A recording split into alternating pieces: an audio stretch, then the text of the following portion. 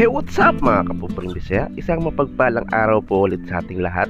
At tayo ay may project. Magko-cover up tayo ng geometric sa kanyang X-Tattoo.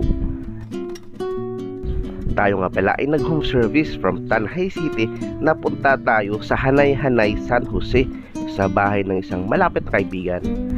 Ginamitan natin ng stencil stuff para dikit na dikit yung kinalabasan ng ating stencil. At gumamit na ako ng 5RL all the way for lining at gumamit ako ng 13RM for shading.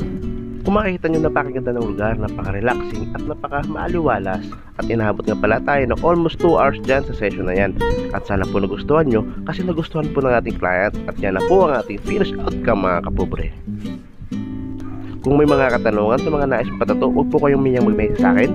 Pobreng Bisaya po, always on the go. Kahit saan ka pa pupunta kita when the price is right. Bisaya na po.